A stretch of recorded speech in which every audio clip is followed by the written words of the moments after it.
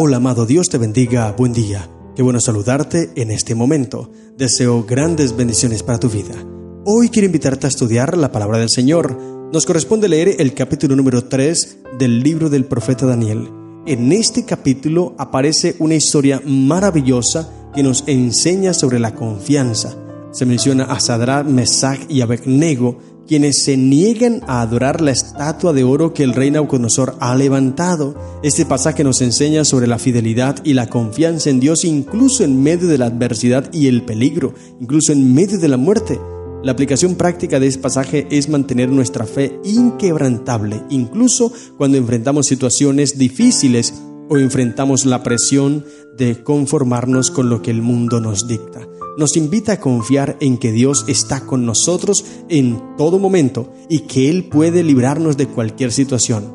Pero incluso si no lo hace, nuestra fidelidad a Él no debe tambalear, no debe cambiar. En resumen, Daniel 3 nos desafía a mantenernos firmes en nuestra fe, incluso cuando enfrentamos la persecución o la oposición por seguir a Dios. Una grande lección en este capítulo. No lo puedo leer todo porque no nos alcanza el tiempo. Simplemente voy a tomar algunas partes que me parecen muy importantes.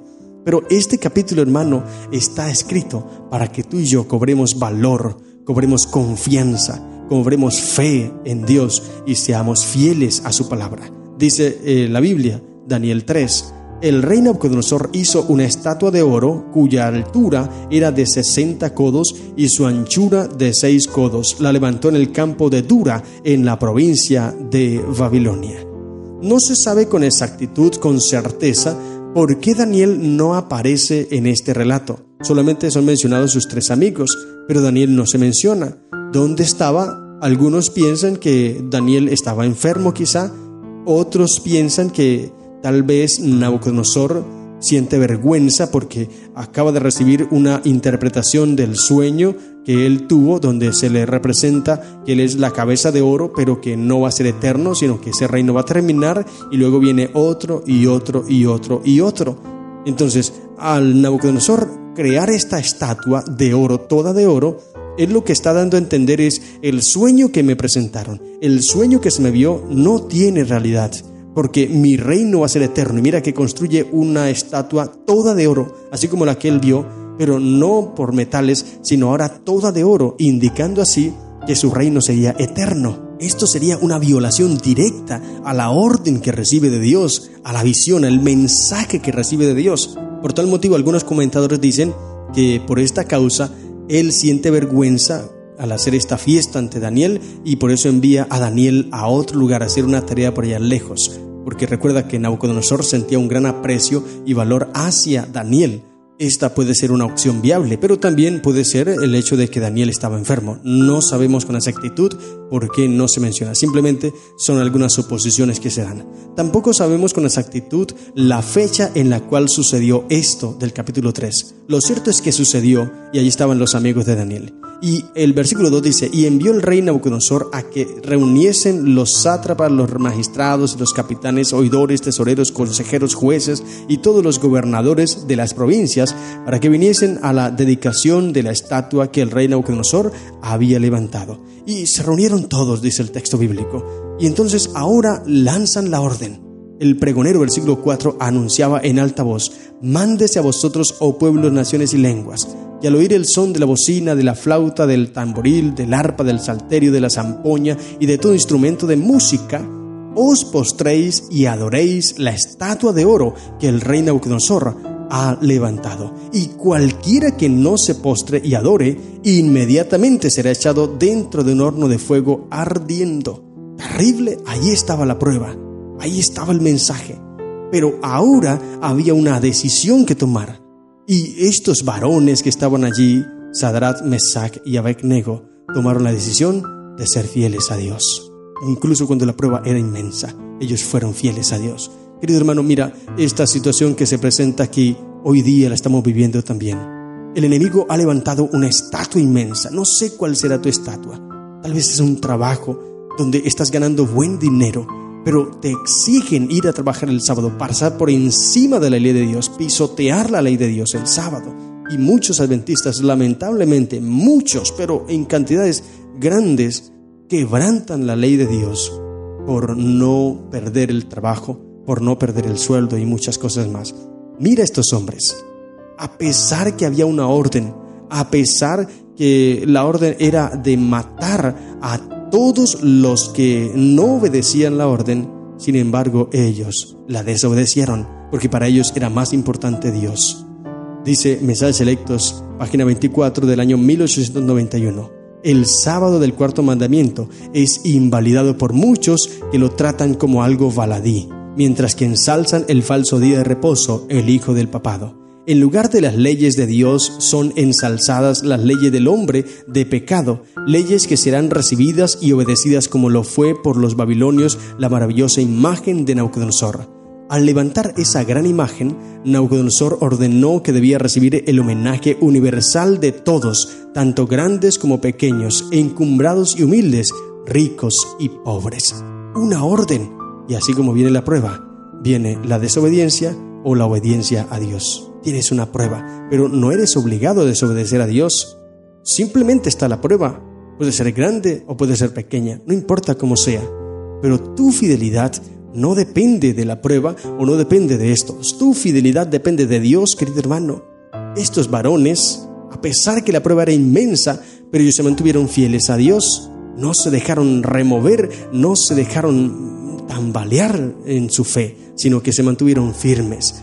Y ahora, cuando los varones vieron, los otros hombres vieron a estos tres hombres allí de pie, le anunciaron al rey.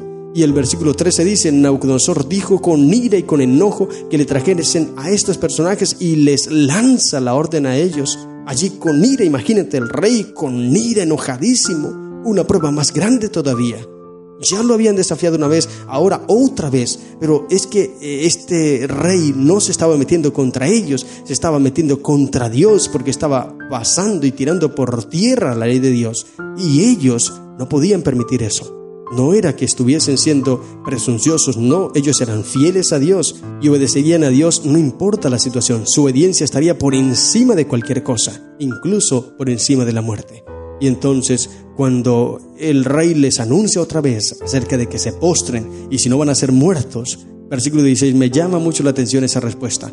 Sadrach, Mesach y Abednego respondieron al rey Nabucodonosor diciendo: no es necesario que te respondamos sobre este asunto. ¿Por qué no era necesario? ¿Sabes por qué? Porque ya Nabucodonosor debía saber la respuesta. Ellos hasta el momento habían dado un testimonio intacto, habían testificado acerca de Dios, de su fidelidad a Dios, y Nabucodonosor debía saber cuál era la respuesta, cuál era la actitud de ellos. Él debía saber que ellos no iban a postrarse a otro Dios. Desde el mismo día que llegaron a Babilonia, allí demostraron sobre su lealtad a Dios por encima de cualquier cosa. Sin embargo, mira lo que le responde, versículo 17, porque allí hay una gran lección. Dice: he aquí nuestro Dios, a quien servimos, puede librarnos del horno de fuego ardiente, y de tu mano nos librará, oh rey. Nótese bien, ellos creen profundamente en el poder de Dios. Ellos dicen: puede librarnos. Pero como leí en el capítulo 1, la reflexión de ese capítulo, allí un texto de la sierva de Dios que indica que Daniel y sus amigos no sabían cuál sería el resultado de esa decisión que estaban tomando.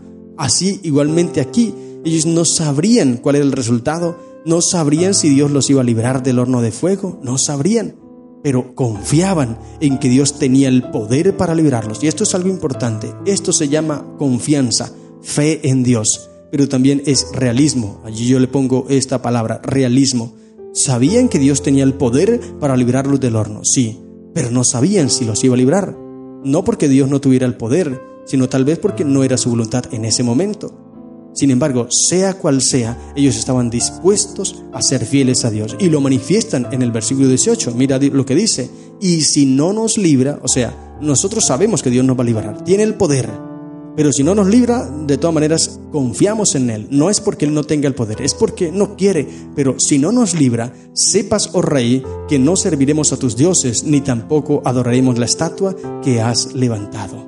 Querido hermano, aquí hay una grande lección para ti y para mí. Tú tal vez eres fiel a Dios porque Él te responde, Tal vez eres fiel a Dios porque Él te da lo que tú le pides. Tal vez obedeces al Señor porque Él te da bendiciones, porque le pides algo y te lo responde, porque hay un familiar enfermo, oraste y Dios sanó a tu familiar, entonces por eso tú confías en Dios. Pero ¿qué pasa si un día tú le pides algo al Señor y Él no te da lo que tú le pidas? ¿Dónde quedará vuestra fe? ¿Dónde quedará la confianza que tienes? ¿Tu confianza depende de los milagros? ¿O tu confianza depende solo de Dios? Que no importa que no te haga el milagro, aún así sigues confiando en Dios. Mira, en el segundo capítulo del Evangelio según San Juan, versículo 23 en adelante, aparece una historia que menciona que en el tiempo de Jesús muchas personas lo seguían al ver las señales que él hacía, dice el texto. Pero la Biblia registra, sin embargo, Jesús no confiaba de ellos porque los conocía a todos y no tenía necesidad que nadie le contara algo acerca del hombre porque él sabía lo que había en el hombre. Y así hay muchas personas en la iglesia. Su fe depende de los milagros, su fe depende de las obras y no debe ser así. Jesús dijo, bienaventurados los que creen, le dijo a Tomás, cuando Tomás dijo, yo tengo que poner mi dedo en su llaga para poder creer, y entonces Jesús se le presentó y le dijo, mira, tócame, aquí está, ¿quieres tener una evidencia? Aquí estoy, soy yo.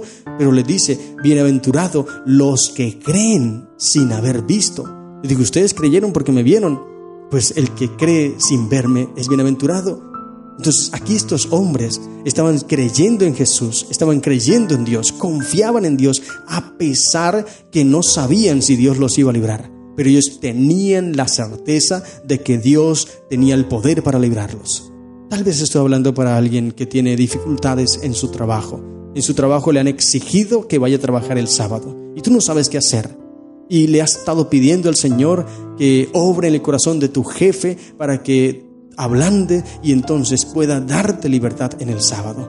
Pero ¿y si no lo hace? Si no te dan libertad, si te exigen seguir trabajando el sábado, ¿qué vas a hacer? ¿Vas a ir? Tal vez estás orando por un familiar que está enfermo y tú confías en el Señor y sabes que Dios lo va a sanar y entonces resulta que tu familiar muere. ¿Qué vas a hacer? ¿Vas a desconfiar de Dios o vas a seguir confiando a pesar que no respondió de la manera como tú querías tu oración? ¿Qué vas a hacer? Mira, estos hombres estaban dispuestos a ser fieles a Dios a pesar que muriesen allí en el horno. Una gran lección de confianza en Dios, una gran lección. Y entonces fueron arrojados al horno. Y cuando fueron arrojados al horno, dice el texto bíblico, versículo 24, entonces el rey Nabucodonosor se espantó y se levantó apresuradamente y dijo a los de su consejo, ¿no echaron a 3 varones atados dentro del fuego? Ellos respondieron al rey, ¿es verdad, oh rey? Y él dijo, he aquí, yo veo 4 varones sueltos que se pasean en medio del fuego sin sufrir ningún daño, y el aspecto del cuarto es semejante al Hijo de los dioses. Nótese bien esta impresionante historia. Review and Herald del 3 de mayo del año 1892 dice, ¿cómo supo Nabucodonosor que el aspecto del cuarto era como el Hijo del Dios del cielo? De los cautivos hebreos que estaban en su reino, había oído acerca del Hijo de Dios. Ellos habían sido portadores del conocimiento del Dios viviente que gobierna todas las cosas. Amén. Mira qué maravilloso testimonio. El rey Nabucodonosor ahora entiende que todo lo que estos hombres le han enseñado es verdad. Y allí entonces lanza un edicto, y puedes seguir leyendo el texto bíblico, y él dice que todos deben adorar al Dios de Sadrach, Mesach y Abednego, porque dice, no hay un Dios que pueda librar como este, porque Nabucodonosor antes había dicho, no hay un Dios que los libre de mis manos. Y entonces ellos le dicen, nuestro Dios nos puede librar de tus manos. Y el rey se enoja porque lo confrontaron y dijeron, no hay un Dios, yo soy Dios, soy más poderoso que el Dios de ustedes. El Dios de ustedes no me puede librar. Y ellos dijeron, sí nos va a librar de tu mano. Del horno no sabemos, pero de tu mano sí nos librará. Y ahora, entonces dice el versículo 29, por lo tanto, decreto que todo pueblo, nación o lengua que dijere blasfemia contra el Dios de Sadrach, Mesach y Abednego sea descuartizado y su casa convertida en muladar, por cuanto no hay Dios que pueda librar como este. Amén. Allí reconoce lo que antes no quería reconocer. Allí reconoce lo que antes estaba atacando y él entiende que el Dios de Sadrach y Abednego es poderoso. Querido hermano, ese Dios de Sadrach, Mesach y Abednego es el Dios que tú y yo hoy tenemos. Pero ¿qué debemos hacer? Ser fieles a ese Dios, obedecer a ese Dios, confiar en ese Dios, tener fe en ese Dios. No que Él nos va a librar de las cosas, no, sino que Él tiene el poder para librarnos. Mira, los mártires no fueron librados de la muerte. Dios tenía el poder para librarlos, pero no los libró. Ellos murieron, muchos mártires murieron, demasiados, por el nombre y la causa de Cristo Jesús, y Él no los libró de la muerte. Pero aún así ellos confiaron en Dios. Estos hombres, a pesar que Dios no los librara del horno de fuego, ellos estarían dispuestos a morir por la causa de Cristo Jesús. Esto es maravilloso, querido hermano, y es lo que Dios pide hoy. Apocalipsis capítulo 2, versículo 10 dice: sé fiel hasta la muerte. Nótese bien, sé fiel hasta la muerte, y yo te daré la corona de la vida. Es una decisión tuya. Hoy el Señor te está invitando a que seas fiel por encima de cualquier cosa y que le entregues tu vida entera, tus dones enteros, que nada, ni el trabajo, ni el dinero, nada, absolutamente nada haga quebrantar tu fe y te haga desobedecer a las leyes del Señor. Levanta, exalza el sábado, el día de reposo, la ley de Jehová, ensalza, levanta el nombre de Dios y que solo Dios sea glorificado a través de tu vida.